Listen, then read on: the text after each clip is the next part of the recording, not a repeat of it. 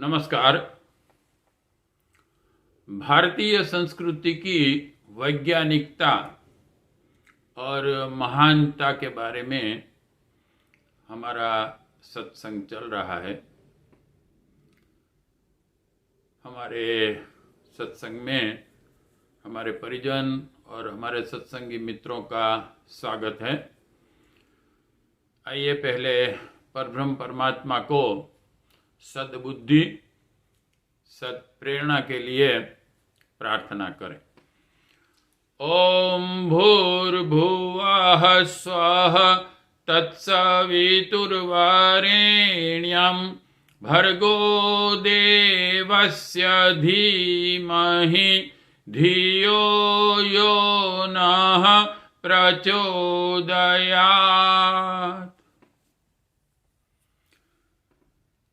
मित्रों, बहुत समय पहले किसी एक गांव में एक बहुत बड़ा हीरे का व्यापारी अपना बिजनेस करता था। उसको एक छोटा बेटा था। कोई और कुटुंबी परिवार के थे नहीं। एक बार वो बीमारी से घिर गया। उसको लगा कि ये बीमारी उसको आखिर में मृत्यु के पास ही घसीट कर ले जाएगी। तब उसको बहुत फिक्र हुई कि मेरा ये बच्चा अभी छोटा है, उसका क्या होगा अगर मैं नहीं हूंगा तो। उसने अपने बेटे को पास बुलाया, बेटा इधर आओ।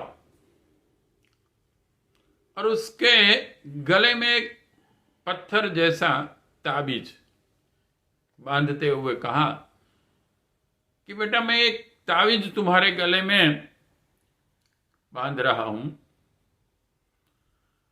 जीवन में कैसी भी परिस्थिति आए, कभी इसको छोड़ना नहीं, हमेशा अपने साथ रखना। और कुछ ही समय में जो उसने सोचा था वही हुआ। उसकी बीमारी बहुत बढ़ गई और आखिर में उसकी मृत्यु हो गई। वो लड़का छोटा था, तो वही हुआ जो आमतौर पर होता है। उसके सगे संबंधी मित्रों ने मिलकर ऐसे षड्यंत्र किए और पूरी मिल्कत उन्होंने छीन ली। लड़का वही व्यापारी की जो हीरे की बिजनेस चलता था, वो जो बाजार थी, उसमें मजदूरी करता करता धीरे धीरे धीरे बड़ा हो गया। एक बार कोई एक बड़ा दूसरा हीरे का व्यापारी था। उसने उसकी ओर देखा, उसे बुलाया, अरे भाई इधर आओ। वो उसके नजदीक गया, कहा ये तुम्हारे गले में क्या है, मुझे जरा देखने दीजिए।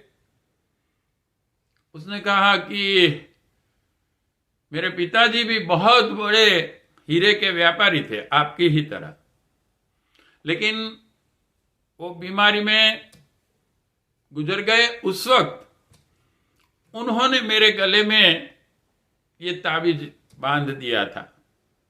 मुझे भी मालूम नहीं है ये क्या है, छोटा सा पत्थर जैसा कुछ है, लेकिन उन्होंने कहा था कि कभी इसे छोड़ना मत, कैसी भी मुश्किल आए। तब उस व्यापारी ने कहा, बेटा तेरे पिताजी बहुत ही बड़े दूरंदर्शी थे। उन्होंने बहुत लंबी सोची थी। तुम्हारे गले में उन्होंने ये करोड़ों रुपए की कीमत का हीरा ताबीज के रूप में रखा है। आओ इसे हम बेचें ताकि तुम्हारे इसके जो पैसे आएंगे उससे तुम फिर से अपने पिताजी जैसे ही पैसे वाले बन जाओगे और अपना बिजनेस शुरू कर सकोगे फिर से। वो हीरा बेचा गया। वो व्यापारी बहुत ही ईमानदार था और उसको उस लड़के की और बहुत सा प्यार भी हुआ, क्योंकि जब उसने जाना कि ये भी एक बहुत बड़े हीरे का व्यापारी का बेटा है और उसको उसके करोड़ों रुपए मिले, फिर से उसने अपना बिजनेस शुरू किया और वो ही वैभव प्राप्त किया जो उसके पिताजी का था। मित्रों, भारत के ऋषि मुनियों ने, भारत के महामानवों ने, भारत की देव शक्तियों ने, भारत के महायोगियों ने प्रत्येक भारतीय के गले में भी एक ऐसा ही ताबीज बांध के रखा है जिसकी अगर कीमत की जाए तो करोड़ों रुपये से भी जिसकी कीमत ज्यादा है। मित्रों, वो हीरा कौन सा है जो प्रत्येक भारतीय के गले में हमारे ऋषि मुनियों ने बांध के रखा है? उसकी कीमत क्या है?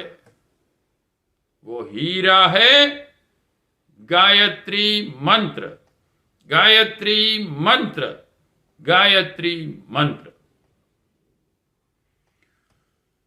तो आज के हमारे इस सत्संग का विषय भी यही है। गायत्री मंत्र को हम समझें, उसका मूल्यांकन करने का एक छोटा सा प्रयत्न करें,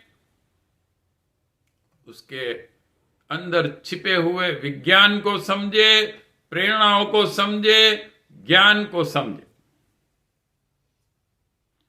तो मित्रों, सबसे पहले हम ये देखें कि हमारी ये जो विराट भारतीय संस्कृति, भारतीय धर्म है,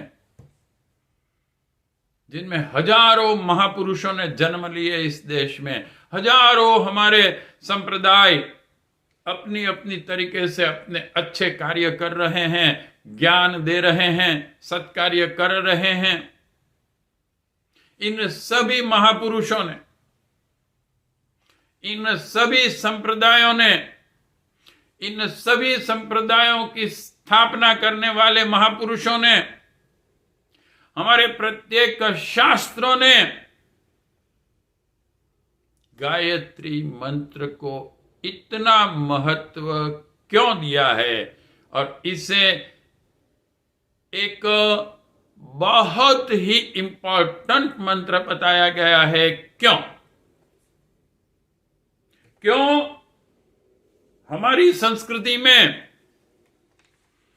गायत्री मंत्र को ही सिर्फ महामंत्र कहा जाता है, बीज मंत्र कहा जाता है, गुरु मंत्र कहा जाता है,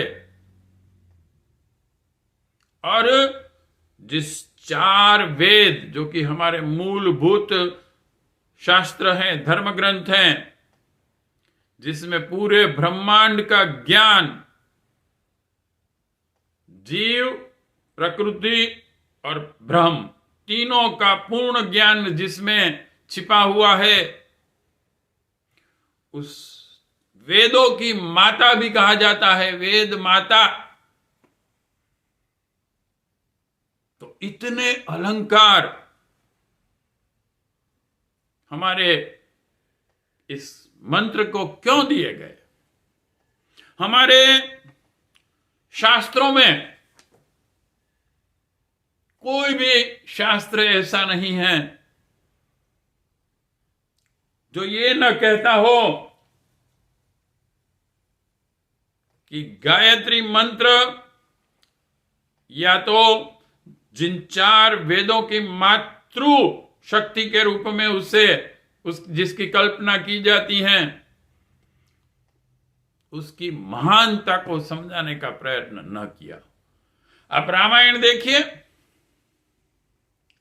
वाल्मीकि कृत रामायण 24,000 मंत्र की है और प्रत्येक 1000वां मंत्र, यानी कि पहला, देन 1001, देन 2001, देन 3001, प्रत्येक एक जो वो मंत्र जिस अक्षर से शुरू होता है वो गायत्री मंत्र का है। पहला मंत्र तत् से शुरू होता है। 1001 नंबर का जो मंत्र है वो स से शुरू होता है और उसके बाद 2001 वी से शुरू होता है। ऐसे पूरा गायत्री मंत्र है। न सिर्फ रामायण में, आप भागवत देखिए, कई ऐसे पुस्तक हैं जिसमें किसी न किसी तरीके से शास्त्र के रचयिता ने यह समझाने का प्रयत्न किया है कि मैं ये प्रयत्न करता हूं कि वेद माता गायत्री यानी कि गायत्री मंत्र यानी कि वेदों के ज्ञान को समझाने के लिए मैं ये शास्त्र लिख रहा हूं, इसे विस्तृत कर रहा हूं। महाभारत के रचयिता व्यास जी ने तो बहुत स्पष्ट तरीके से कहा कि महाभारत लिखने का मेरा उद्देश्य ये सिर्फ कौरव पांडवों की कोई स्टोरी या तो हिस्ट्री नहीं है। वेदों का ज्ञान सरलता से सभी व्यक्ति समझ सके, मैंने यह प्रयत्न किया है। तो ये गायत्री मंत्र पूरा हमारी भारतीय संस्कृति में हम देखते हैं कि बहुत ही इंपॉर्टेंट दिया गया है। हम उसे समझने का प्रयत्न करते हैं, लेकिन इसके पहले हम 2 चीजें समझ लें, क्योंकि ज्यादातर हमारे डिस्कस में वो भी आएगा। एक तो ये है कि इस ब्रह्मांड की जो उत्पत्ति हुई उसे आज का मॉडर्न साइंटिस्ट किस नजरिए से देखता है और उनकी क्या थियरी है। वैसे तो 100 से ज्यादा थियरी हैं ब्रह्मांड का उत्पादन कैसे हुआ, उसमें से 20 को ज्यादा महत्व दिया गया है, उसमें से भी 3 का बहुत ही महत्व है और उसमें एक वेरी इंपॉर्टेंट कही जाती है, that is big bang theory, जिसमें यह कहा गया है कि भाई पहले कुछ नहीं था, समय भी नहीं था, कुछ नहीं था, कोई एक मास का पिंड मटेरियल था और उसमें किसी की वजह से, कोई कारण से एक बड़ा ब्लास्ट हुआ, धमाका हुआ और उसमें से इन ब्रह्मांड की रचना होने लगी। इसमें से ये अनेक सूर्य, ग्रह, नक्षत्र सब बने। इस बिग बैंग थियरी को सबसे ज्यादा इंपॉर्टेंट और कुछ ऐसा माना जाता है कि इसमें कुछ तथ्य हैं और ये लोग मानते हैं कि करीबन 7 अरब वर्ष पहले हुआ था। तब हमारी थियरी क्या कहती है, जरा उस पर देखें। वैदिक थियरी यह कहती है कि परब्रह्म परमात्मा जो हमारे चिंतन से भी परे हैं, अव्यक्त हैं, सर्वशक्तिमान हैं, सर्वव्यापी हैं, उस परब्रह्म परमात्मा को अकेले आनंद नहीं आता था। तो एक संकल्प उस अव्यक्त में से व्यक्त का पहला स्टेप संकल्प के रूप में हुआ। एकोहम बहुश्याम, मैं एक में से अनेक हो जाऊं। और उस संकल्प के परिणाम रूप उनके अपने ही अस्तित्व में से, जैसे समुद्र में से अनेक लहरें निकलती हैं, बादलों में से अनेक बिंदु निकलते हैं और बारिश होती है, इसी तरीके से करोड़ों अबजों नहीं अनंत जीव पैदा हुए और प्रकृति माता का निर्माण हुआ। और इसलिए वेदों में ज्ञान का 3 स्तर दिया गया है: जीव, प्रकृति, ब्रह्म।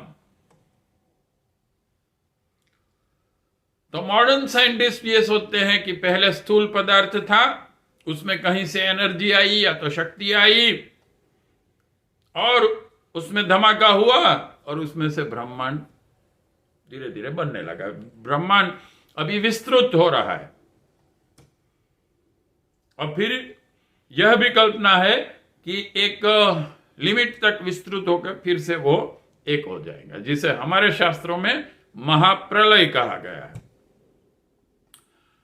जबकि हमारी थियरी यह है कि चेतना पहले थी, परब्रह्म परमात्मा चेतना से भी, जो चेतन तत्व से भी जो सूक्ष्म है, जिसकी अव्यक्त अवस्था कही गई है, उनमें से स्थूल पदार्थ पैदा हुए, सब कुछ पैदा हुआ। और इन लोगों ने ये प्रयत्न भी किए कि जैसी उनकी कल्पना थी कि भाई पृथ्वी पर कुछ ऐसा वातावरण बना कि पानी आया और उसमें फिर सूर्य का प्रकाश भी गिरा उसके ऊपर और ये सब वातावरण, हवा वहा सब एकत्रित हुआ और उसमें से जीव पैदा होने लगे अमीबा जैसे। लेकिन उन्होंने आर्टिफिशियली ये प्रयत्न करके देखा, नहीं बना सके, जीव सृष्टि पैदा नहीं हुई। तो हम कहते हैं चेतना पहले थी, चेतना ने स्थूल का निर्माण किया। वो कहते हैं स्थूल पहले था, चेतना का निर्माण बाद में हो। लेकिन ज्यादातर highly intelligent persons they believe that कि वेदों की थियरी ज्यादा सटीक है। और फिर जो उन्होंने 3 स्तर वेदों में कहे, परब्रह्म परमात्मा, निराकार, निर्गुण, अव्यक्त अवस्था में सूक्ष्माति सूक्ष्म संकल्प जब उनको उभरा तो चेतना सबसे पहले पैदा हुई। चेतन तत्व, आत्मा जिसे कह सकते हैं, अभिव्यक्ति, सूक्ष्म से स्थूल की ओर का पहला स्टेप। और उस चेतन तत्व को, उस चेतना को समझाने के लिए हमारे ऋषि मुनियों ने जो अलग अलग देव शक्तियां दी हैं, वो उस चेतना, एक्चुअली हम ये कह सकते हैं कि that is the spiritual anatomy, कि इस चेतना के अंदर कौन कौन से तत्व काम करते हैं। तो उस चेतना को समझाने के लिए सबसे पहली चेतना का स्वरूप गायत्री माता। चेतना और सभी देव शक्तियां 2 प्रकार की हैं, एक हमारे अंदर जीव के अंदर, दूसरी व्याप्त है पर पूरे ब्रह्मांड में कार्यरत है। व्यष्टि और समष्टि उसे कहा जाता है। व्यष्टि यानी कि हमारे अंदर, समष्टि यानी कि पूरे ब्रह्मांड में जो व्याप्त है।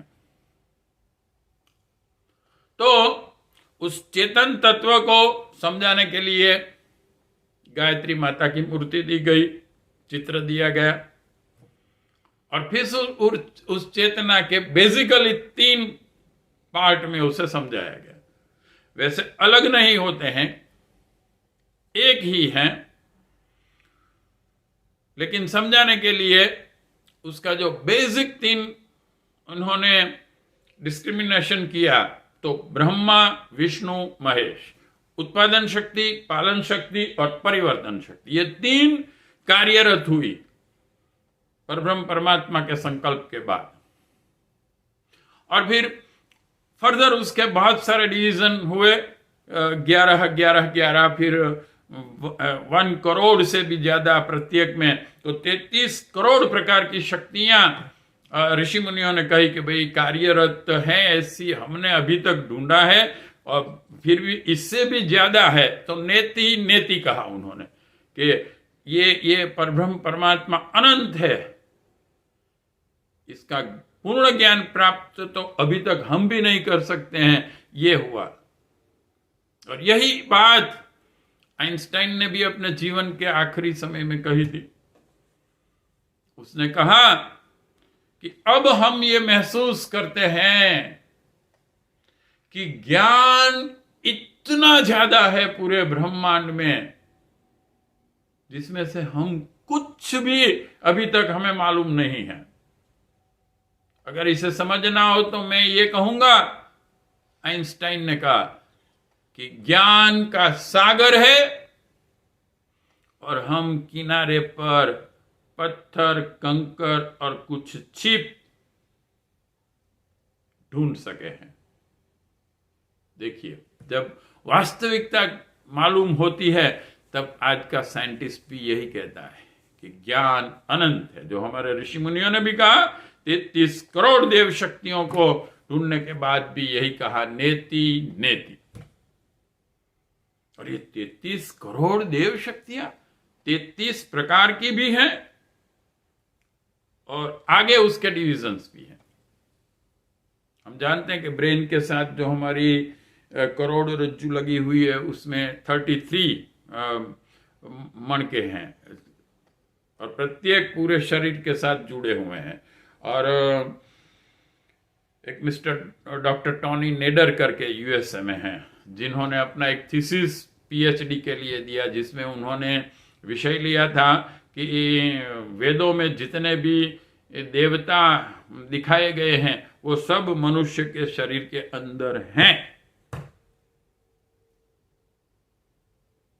और एक मॉडर्न साइंटिस्ट ने यह भी कहा कि मनुष्य के शरीर का प्रत्येक एक सेल या इस सेल के अंदर भी जो क्रोमोसोम्स है और उस क्रोमोसोम्स के अंदर भी जो आरएनए, डीएनए, ए, टी, सी और जी हैं, ये सब एक महाशक्ति है, महाशक्ति है, एक महाज्ञान है। और उन्होंने, उस वैज्ञानिक ने तो यहां तक कह डाला कि ये प्रत्येक जो परमाणु है उस परमाणु को यह ज्ञान है कि पूरा ब्रह्मांड क्या है और मैं कहां पर हूं। इसीलिए वो छोटा सा छोटा परमाणु अपना काम कर रहा है, मुझे क्या करना है इस ब्रह्मांड में।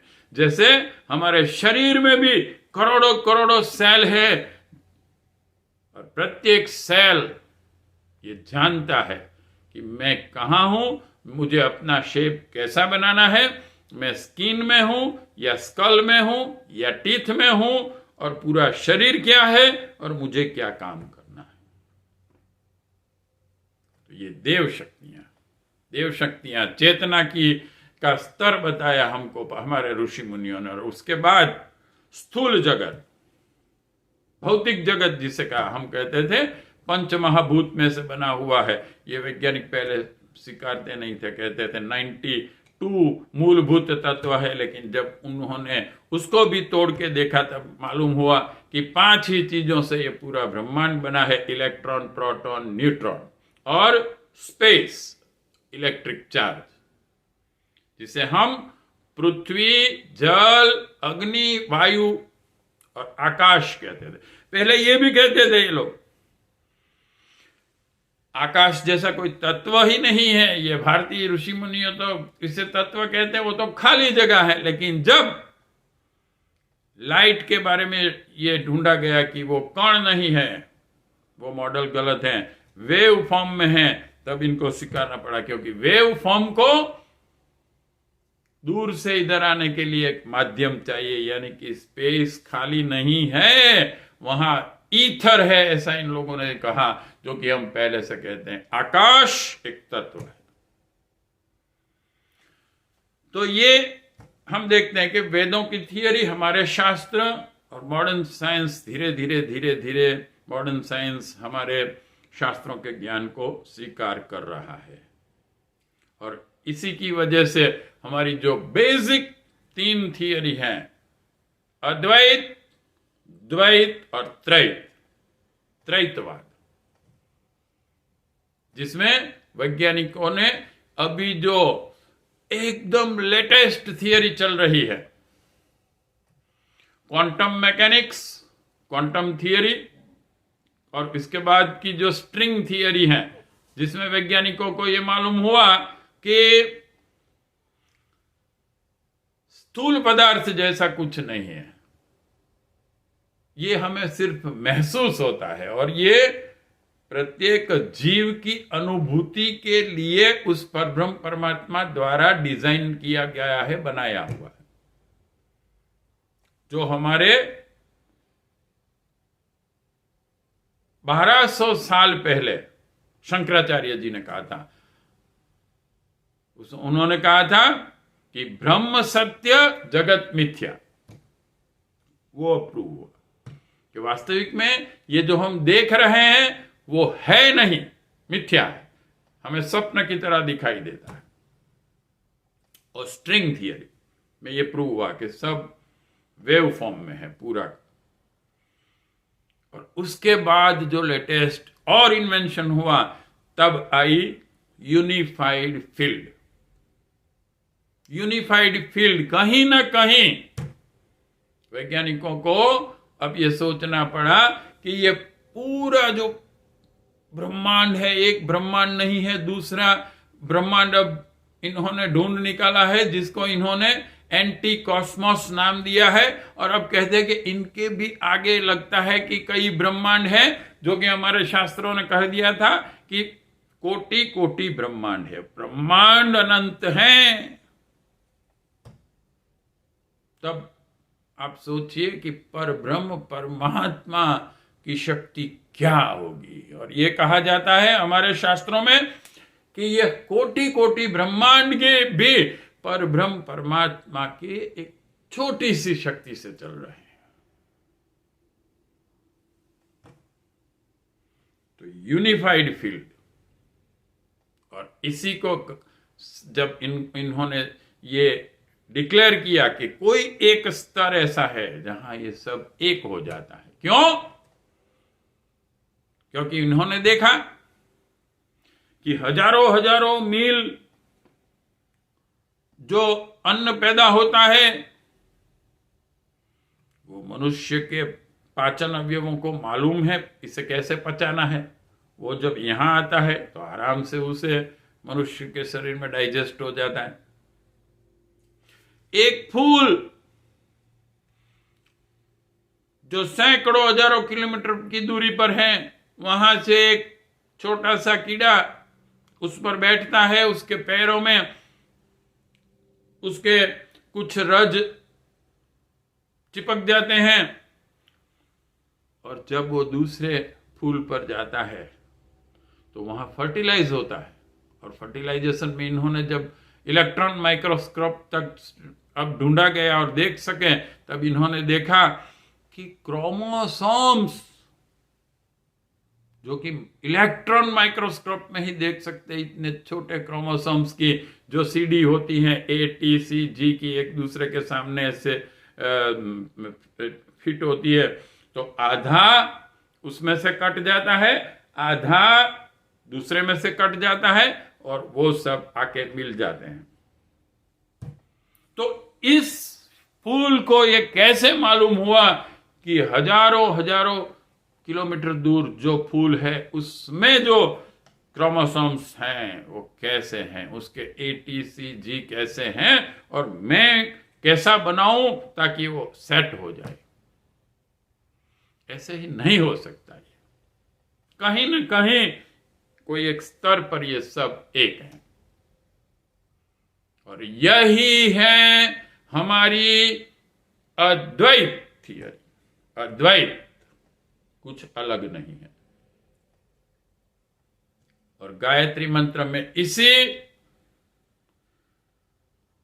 त्रैत थियरी, जिसमें 3 दृष्टिकोण से समझाया गया, द्वैत थियरी जिसमें 2 के दृष्टिकोण से, और फिर अद्वैत। और वास्तविक में ये 3 स्तर है हमारी बौद्धिक क्षमता जब विकसित होती है तो पहले हमें त्रैतवाद समझ में आता है कि 3 चीजें हैं इस दुनिया में, मैं हूं, प्रकृति माता है, भौतिक जगत है, और वो परब्रह्म परमात्मा है जिसने हम दोनों को बनाया। इससे ऊंची अवस्था जब हम प्राप्त करते हैं तब हमें द्वैत दिखाई देता है। एक मैं हूं और एक हमें प्रकृति और परब्रह्म परमात्मा अलग नहीं दिखाई देते, एक ही दिखाई देता है कि मां प्रकृति और परब्रह्म परमात्मा एक ही है। इसलिए रामायण में तुलसीदास जी ने भी ये कहा कि राम और सीता अलग नहीं है, जैसे लकड़ी मारने से पानी अलग नहीं होता है, दोनों एक हैं। भगवान शिव और माता पार्वती जी मातृशक्ति का एक चित्र ऐसा दिया जाता है, ऐसे आधा आधा नट नटेश्वर। तो द्वैत ये हमारी एक अवस्था आती है, मैं हूं, मेरे साथ सिर्फ परब्रह्म परमात्मा है। जब कवि गंग को अच्छे विचार जब वो फैलाते थे लोगों के बीच में, सच्चाई सत्य, तो उस वक्त के एक राजा था जो अत्याचार करता था, तो उसने हाथी के पैर के नीचे सर उनका रखकर मार डालने की सजा की कवि गंग को। तो जब हाथी उनके सामने आया तो कवि गंग उनको दो हाथ से उनका पूजन किया, प्रणाम किया कि गणेश भगवान मेरे सामने आए हैं और मुझे अब मोक्ष देंगे। वो उसमें भी उसने भगवान को देखा। तो यह दृष्टि आती है द्वैत में जब आते हैं। आपको आपके आसपास प्रत्येक व्यक्ति में, प्राणी मात्र में वो ही दिखाई देते हैं, वो ही है। मीरा को जहर में भी भगवान दिखाई दिए, मीरा को सांप भेजा गया तो उसमें भी भगवान दिखाई दिए, हार की तरह पहन लिया। और द्वैत के बाद आखिरी जो अवस्था उसकी आती है मनुष्य की, अद्वैत। मैं अलग हूं ही नहीं परब्रह्म परमात्मा से, मैं और परब्रह्म परमात्मा एक हैं, कहीं पर अलगाव है ही नहीं। That is the last feeling. मोक्ष की अवस्था इसे कहते हैं, मुक्ति की अवस्था कहते हैं। अलग अलग ऋषि मुनियों ने इन अवस्थाओं के अलग अलग नाम दिए, इसलिए तीन का महत्व है। तो आइए ये बिग बैंग थियरी और हमारी वेदों की थियरी और हमारे शास्त्रों का जो साइंस है उसे समझते हुए आगे बढ़ें। और सबसे पहले हम ये देखें कि गायत्री मंत्र, जिसे हमारे सब शास्त्रों का और भारतीय संस्कृति के जो फिलॉसफी हैं उसको सबसे संक्षिप्त में अगर समझाया गया है तो वो गायत्री मंत्र है, ऐसा कहा जाता है। उस गायत्री मंत्र, ये ऋग्वेद में 3.62.10 नंबर है उसका, यजुर्वेद में 3.35 एंड 22.9 नंबर है, और सामवेद में 33.4.3 नंबर है। और इस गायत्री मंत्र का हम सामान्य अर्थ देखते हैं। वैसे प्रत्येक वेद मंत्र के 3 अर्थ होते हैं, एक एक से डीप। जैसे कि वाणी के अलग अलग स्तर है, वैखरी वाणी, परावाणी, अलग अलग स्तर पर हम उसे समझ सकते हैं। तो हम पहले ये देखें कि इस महान गायत्री मंत्र, जिसको इतना इम्पोर्टेंट दिया गया है भारतीय संस्कृति में, तो उसका मीनिंग क्या है और वो है क्या। तो ये है, परब्रह्म परमात्मा को हम प्रार्थना करते हैं। भगवान से प्रार्थना कैसी होनी चाहिए ये सबसे पहले सिखाते हैं। जब आप ईश्वर की ओर विमुख होते हैं, तब आप किसी भी व्यक्ति के साथ जुड़ते हैं तो आप उससे बात करेंगे। अगर वो आपसे छोटा होगा तो आप उसे कुछ देंगे, और बड़ा है तो कुछ मांगने का प्रयत्न करेंगे। तो परब्रह्म परमात्मा के साथ हम प्रार्थना से जुड़ते हैं। जैसा ही हमें भगवान की ओर सोचने का टाइम मिलता है, जैसा न, वरना तो सामान्य लोग पशुवत जीवन जीते रहते हैं, eat drink and B Mary से आगे बढ़ते नहीं हैं। लेकिन जब भगवान के बारे में सोचने का एक स्तर उनका बढ़ता है, तब उनसे वार्तालाप शुरू होता है। और वो क्या है? प्रार्थना, इसे कहा जाता है। प्रार्थना में हमें क्या कहना है भगवान को? वैसे तो हम सामान्य लोग भगवान से भौतिक चीजें मांगते हैं, ये समझते हैं कि भगवान हमें जो हम बहुत ही मेहनत और प्रयत्न से जो कर सकेंगे वो सरलता से मिल जाएंगी। कुछ पूजा पाठ कर लेंगे, फूल चढ़ा देंगे, अक्षत चढ़ा देंगे, अगरबत्ती या दीपक कर देंगे, ये इधर उधर कर देंगे। गुरुदेव कहते हैं कि तो उससे, ये तो कर्म कांड को गुरुदेव ने प्रेरणा कांड कहा है, इससे आप भौतिक अपेक्षाएं मत रखिए भगवान के पास। तो प्रार्थना क्या करनी है हमें भगवान से? तो गायत्री मंत्र में यह कहा गया, सद्बुद्धि की प्रार्थना। तो आइए इसका अर्थ देखते हैं। उस प्राण स्वरूप तत्, पहला शब्द क्या है? तत्, ते, वो, उसका कोई ऐसा स्वरूप नहीं दिया गया जिससे कि अगर हम किसी व्यक्ति का सोचते हैं तो व्यक्ति के कुछ दुर्गुण भी होते हैं, कुछ सद्गुण भी होंगे, तो हम भगवान को ऐसी कल्पना कर लेंगे। इसलिए भगवान के लिए पहला शब्द कहा गया तत्, वो व्यापक परब्रह्म परमात्मा, उस प्राण स्वरूप। पहली जो कल्पना की गई, जीवनदायिनी, प्राण जिसे कहते हैं, जीवनी शक्ति उनका स्वरूप है। प्राण स्वरूप परब्रह्म परमात्मा, दुख नाशक। कौन दुख चाहता है? पशु तक भी दुख से दूर रहते हैं। तो दूसरा उसका जो उसके साथ अलंकार जोड़ा गया, दुख नाशक है। वैसे दुख परब्रह्म परमात्मा ने ही बनाए हैं, क्योंकि पूरा जगत पॉजिटिव और नेगेटिव दोनों बातें, हमारी थियरी में यही विशेषता है। जनरली विश्व में दूसरी कई थियरी है भगवान के बारे में, तो उसमें भगवान और राक्षस, असुर, दोनों को एक दूसरे के दुश्मन बताए जाते हैं।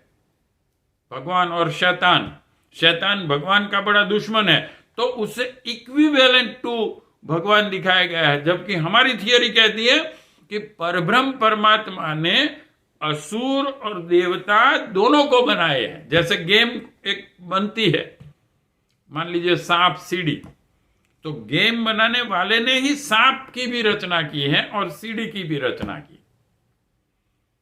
लेकिन छोटा बालक होता है तो वो जब उसकी सोच शक्ति इतनी नहीं होती है तो वो ये कहता है, अरे ये सांप बड़े बेकार है, ये सांप नहीं होने चाहिए, ये सांप ही हमें परेशान करते हैं, तो इस गेम में से सांप को निकाल डालो। लेकिन अगर सांप को निकालेंगे तो गेम नहीं रहेगी। तो दुखों को भी एक गेम बनाई है भगवान ने हमारे लिए। सुख और दुख दोनों की अनुभूति करते करते करते आप अपने आत्मा की प्रगति करें। तो दुख नाशक, जिसने, हम देखते हैं वीडियो गेम्स या जो ये गेम्स बनाई होती है, वही ये भी उस गेम में निर्माण करता है कि उस मुश्किल में से आगे कैसे बढ़ा जाए। इसी को दुख नाशक परब्रह्म परमात्मा का स्वरूप। और सुख स्वरूप, हमारा चरम लक्ष्य क्या है? जीवन का लक्ष्य है परब्रह्म परमात्मा को प्राप्त करना।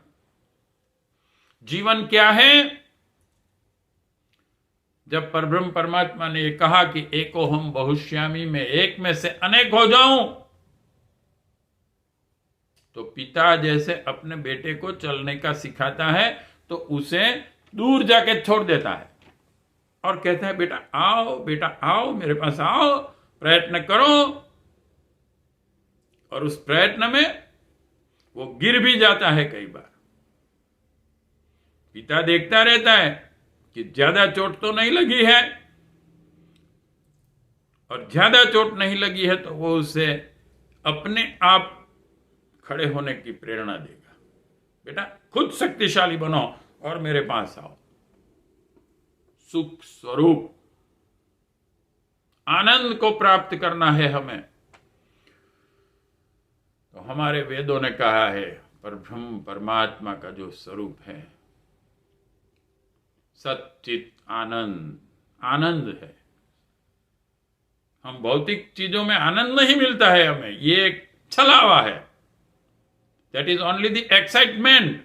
आप उससे थोड़ी ही देर में कैसे भी सुख हो आप बोर हो जाएंगे। कार जहां तक आपके पास नहीं है, कार हो मैं कार ड्राइव करूं बड़ा मजा आएगा, कार आ जाएगी, कुछ दिन के बाद आप सोचेंगे कि ड्राइविंग से थक गए भाई, कोई दूसरा ड्राइविंग करो, हम बैठे हैं आराम से। ये एक्साइटमेंट होता है भौतिक। प्रत्येक भौतिक सुख को हम परमानेंट नहीं कर सकते, इसीलिए उसे कहा गया है कि एक तो वो सच्चा आनंद नहीं है और शाश्वत भी नहीं है। किसी चीज पर आपका आनंद है तो वो चीज जहां तक अस्तित्व में है, और वो परमानेंट अस्तित्व में कोई भी भौतिक चीज रहेगी भी नहीं। तो जब किसी वस्तु का नाश होता है आपके आनंद का भी नाश होगा। तो आपका आनंद उस चीज पर रखिए जो अनंत है, अमर है। तो इस परब्रह्म परमात्मा को सुख स्वरूप कहा गया। और श्रेष्ठ यानी कि दुनिया में जो भी चीजें हैं जिसे आप प्राप्त करना चाहते हैं उन सब में श्रेष्ठ है। इसलिए किसी व्यक्ति ने कहा है कि नीचा निशान चूक माफ, नहीं निशान अगर आप चूक गए तो कोई बात नहीं है, लेकिन नीचा निशान कभी मत रखिए। श्रेष्ठता को प्राप्त करेंगे हम। परब्रह्म परमात्मा ही श्रेष्ठ है,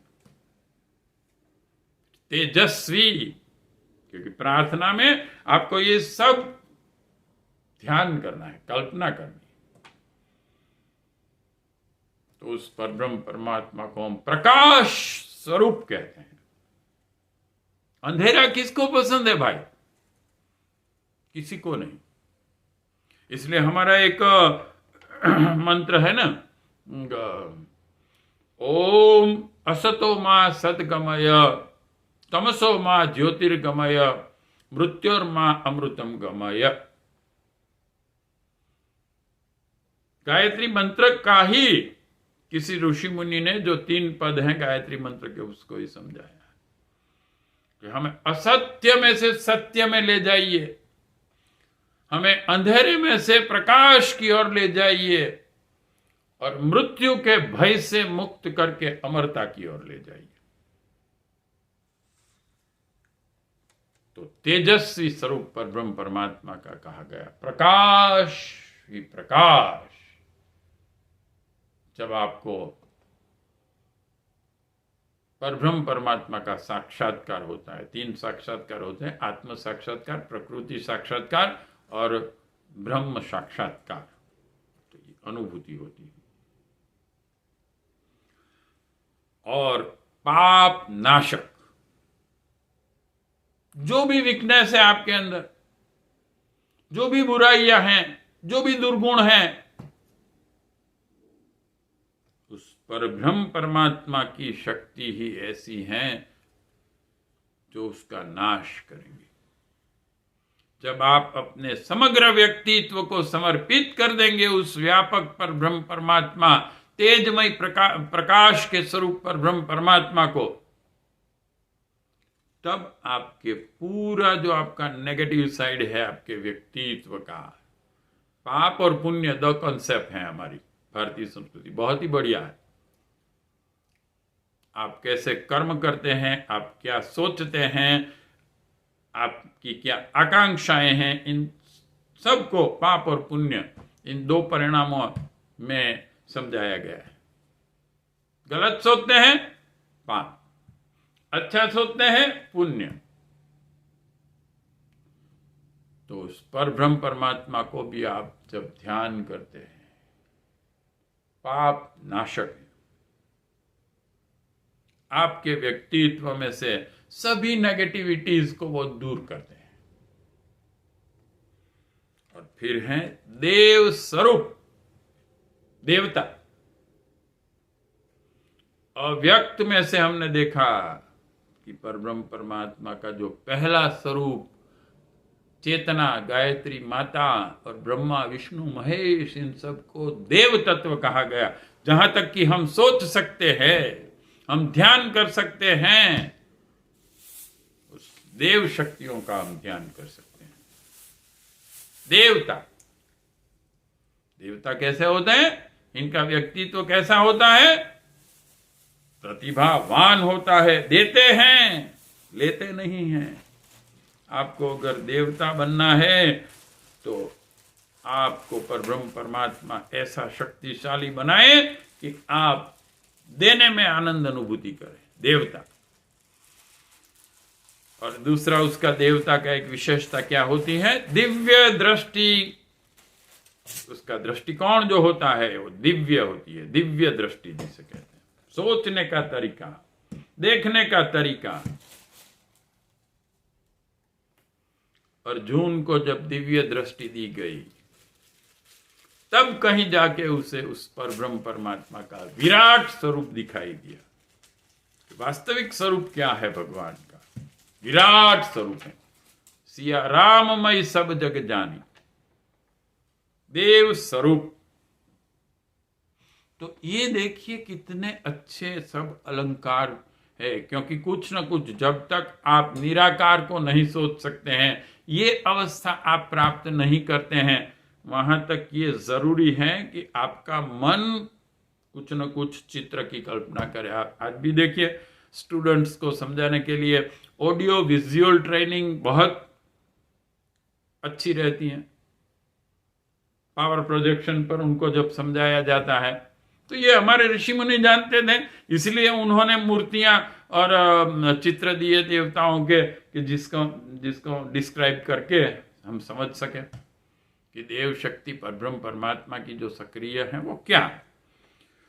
उस परमात्मा को हम अपने अंतरात्मा में धारण करें।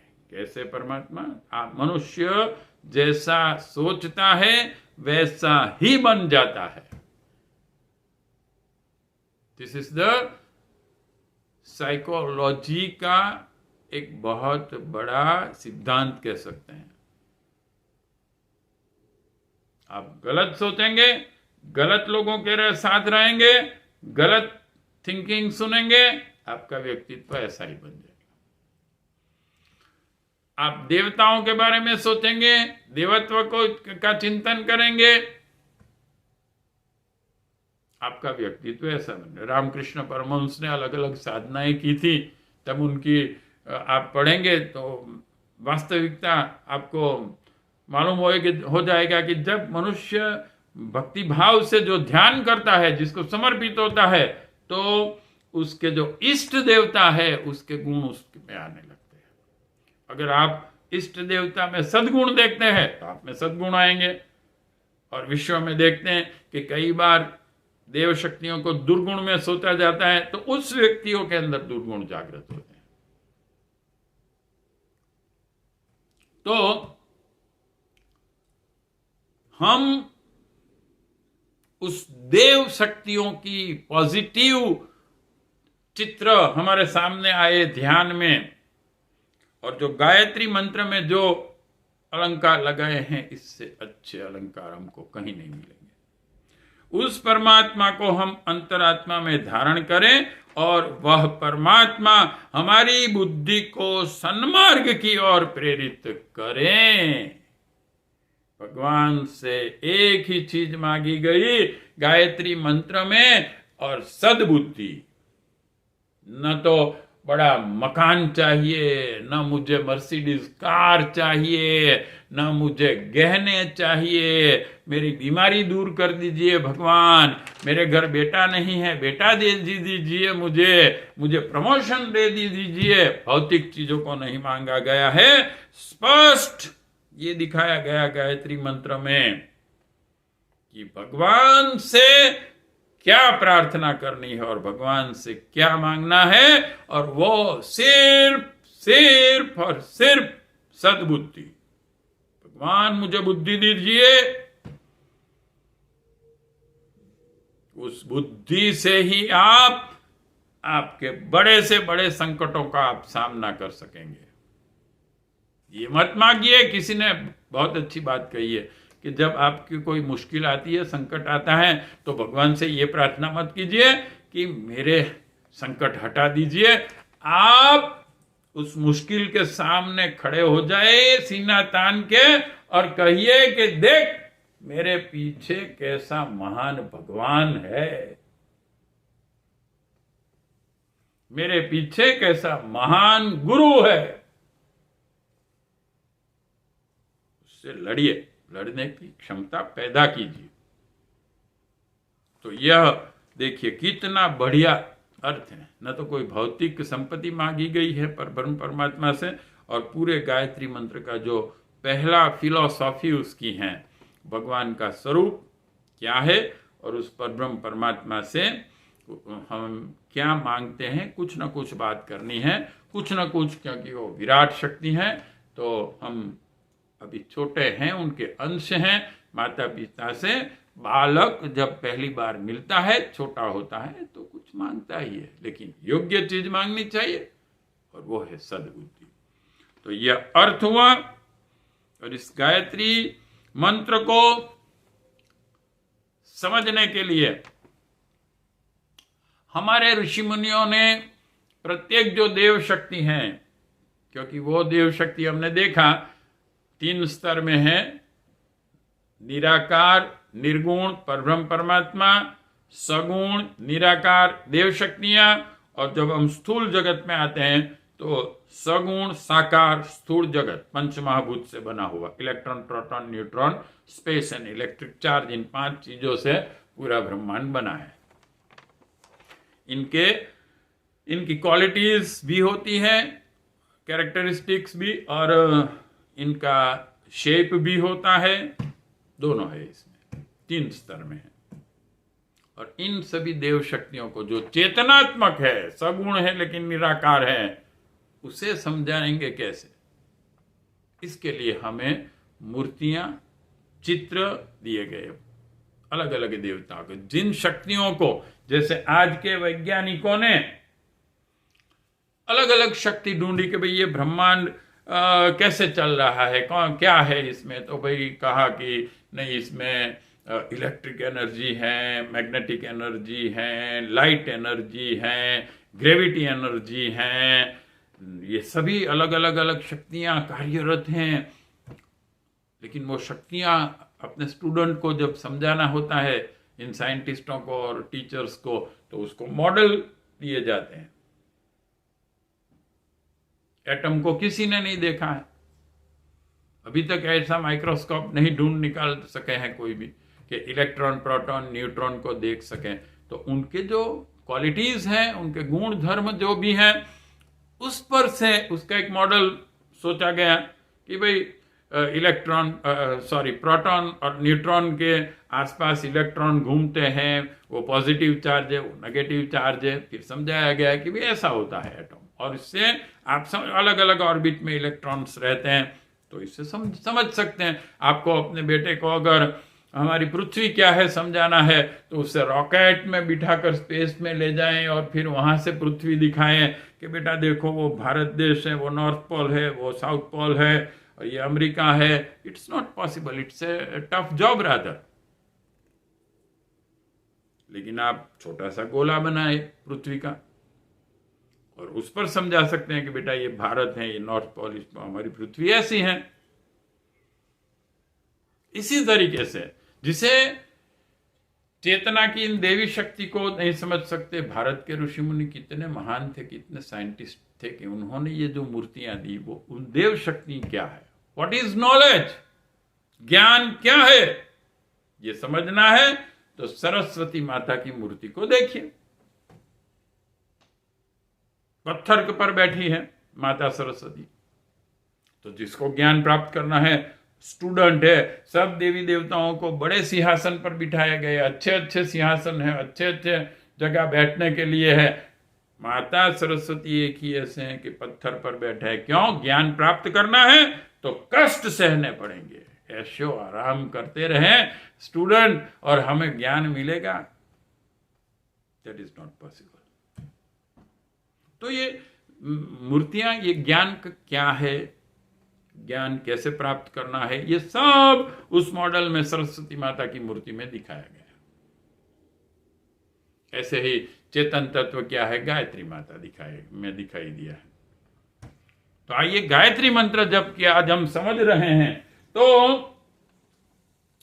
गायत्री माता को मूर्तिमंत स्वरूप में हमारे ऋषि मुनियों ने क्या क्या और कैसे समझाया है, ये समझने की कोशिश करते हैं। क्योंकि गायत्री माता की 2 प्रकार की मूर्तियां हमारे सामने रखी हैं ऋषि मुनियों ने। एक है एक मुखी, एक है पंचमुखी। यानी कि जो हमने देखा था कि प्रत्येक देवता, देव शक्ति एक हमारे अंदर है, एक साधना है हमारी। उस देव शक्ति को हम कैसे जागृत कर सकते हैं हमारे अंदर ब्रह्मा की शक्ति को कैसे जागृत कर सकते हैं, क्रिएटिव पावर। हमारे अंदर विष्णु की शक्ति को कैसे जागृत कर सकते हैं, हमारे अंदर रुद्र की शक्ति को कैसे जागृत कर सकते हैं, और हमारे अंदर चेतना रूपी गायत्री माता प्राण शक्ति को कैसे जागृत कर सकते हैं। तो व्यष्टि और समष्टि। एक मुखी गायत्री माता हमारे अंदर रही चेतन शक्ति, और उसे कैसे हम, इसका स्वरूप क्या है और उसे कैसे विकसित कर सकते हैं, कौन सी साधना पद्धतियां हैं, और उसे व्यापक बनाकर हमें क्या करना है। क्योंकि व्यापक में जो चेतन शक्ति काम कर रही है उसे सावित्री तक, उसे नर से नारायण कैसे बनना है, जीव में से ब्रह्म की ओर कैसे आगे बढ़ना है। हमें गुरुजी ने भी देखिए 4 स्टेप कहे हैं ना, कि जब आत्मिक विकास करना है तो आत्म पर्यवेक्षण, आत्म शोधन, आत्म निर्माण और आत्म विकास। तो पहला है आत्म शोधन आत्म पर्यवेक्षण, अपने आप का निरीक्षण। तो यह एक मुखी और पंचमुखी, इन दोनों में क्या प्रेरणाएं हैं, क्या समझाया जाता है, ये समझने की हम कोशिश करेंगे, उसकी प्रेरणा को। और एक तीसरा मूर्तिमंत स्वरूप जो है वो है यज्ञोपवीत, वो भी समझेंगे कि वो कैसे हैं और उससे हमें क्या प्रेरणाएं मिलती हैं। मूर्तिमंत स्वरूप, मॉडल जिसे हम कह सकते हैं, उसमें क्या विज्ञान छुपा हुआ है, आगे हम इसे समझने की कोशिश करेंगे पहले, और फिर इसको विस्तृत होते हुए समझते जाएंगे।